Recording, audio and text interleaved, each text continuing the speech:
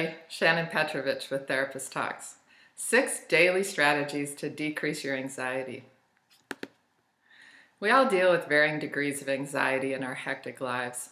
This video will give you 6 concrete things you can do every day to get a handle on yours. First of all, I'm going to ask you to increase your internal awareness throughout the day. Think of your anxiety on a 1 to 10 scale, with 1 being really low and 10 being full-blown panic attack. Strategy number 1 is to note your number now and note it continuously throughout your day. You can keep a journal, keep a list on your phone notes, or just keep it in mind throughout the day. Your goal is always to stay between 1 and 5. If you're getting up to 5 or higher, stop what you're doing and take care of yourself. What does that mean? I'll explain in the next 5 strategies. Number 2, give yourself the gift of breathing. Truly, this is science, not mumbo jumbo. In our culture, we tend to breathe quickly and shallowly, and this deprives our brains of oxygen and it escalates our anxiety as it starts. So think of an amusement park ride, how it goes faster and faster. Deep diaphragmatic breathing slows that down like you're pulling the power plug on that ride. It's going to eventually come to a stop. Throughout your day, note your breath, practice deepening and slowing your breath, and while doing this, note your number and how you can lower it at will.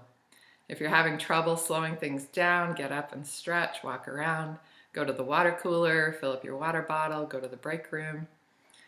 If you have to sit for your job, or if you have to sit while you're doing homework, take an imagination break.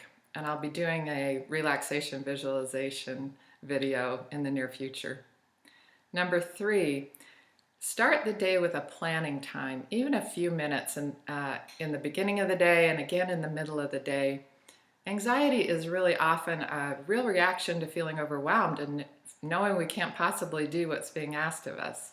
So I hear this from high school students, university students, as well as professionals of every walk of life. We could use more mindfulness in how we plan out and take care of our day. When we don't plan and we get overwhelmed, this causes us to escalate into feeling like we can't do it, we're not capable. And then if you sit down and write things out, what's urgent, what's okay to leave till later, we set priorities, we feel less overwhelmed, we feel more competent and more capable. Number 4, continuously watch the thought patterns that tend to escalate your anxiety.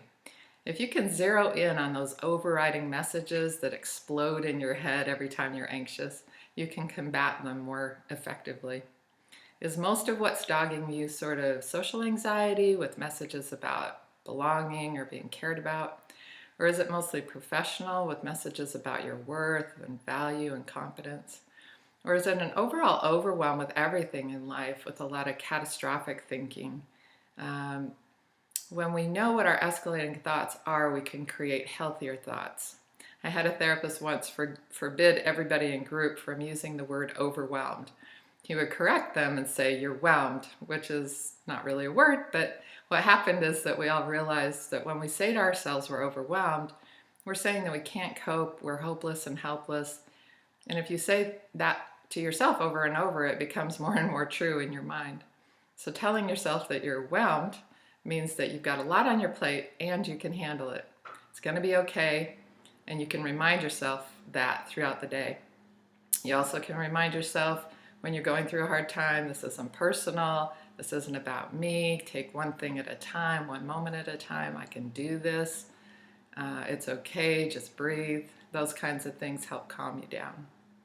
Number 5, take action.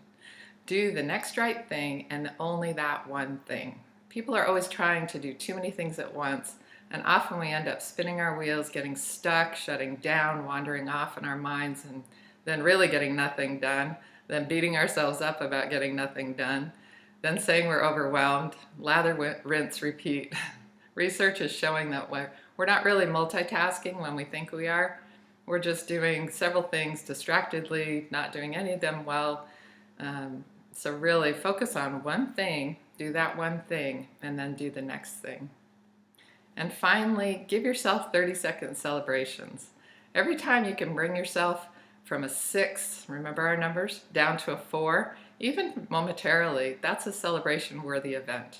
Give yourself a big high five every time you accomplish even a slight decrease in your number with your internal self-talk, with your breathing, with your changes of thoughts, or taking action, make sure you acknowledge it. Because the more you do this, the better you'll get at it, and the more you'll grow those really strong relaxation muscles. So to recap, and if you want to write this down and post it somewhere so you can remember it throughout your day. Number 1, note your anxiety number throughout the day, staying at or below 5. Number 2, breathe throughout your day, noting your number and how it changes. Number 3, create planning time. Number 4, watch those escalating thoughts. Number 5, take action one thing at a time. And number 6, have those 30-second celebrations throughout your day. Relaxation muscles are those resiliency muscles in action. And resiliency is the most important measurement of good health, mental health. When we look at how to cope and manage and really thrive in our lives, this mindful approach is what really gets you through. If you appreciated this video, please give it a like and make sure you subscribe so that when new videos pop up, you'll get a notice about that.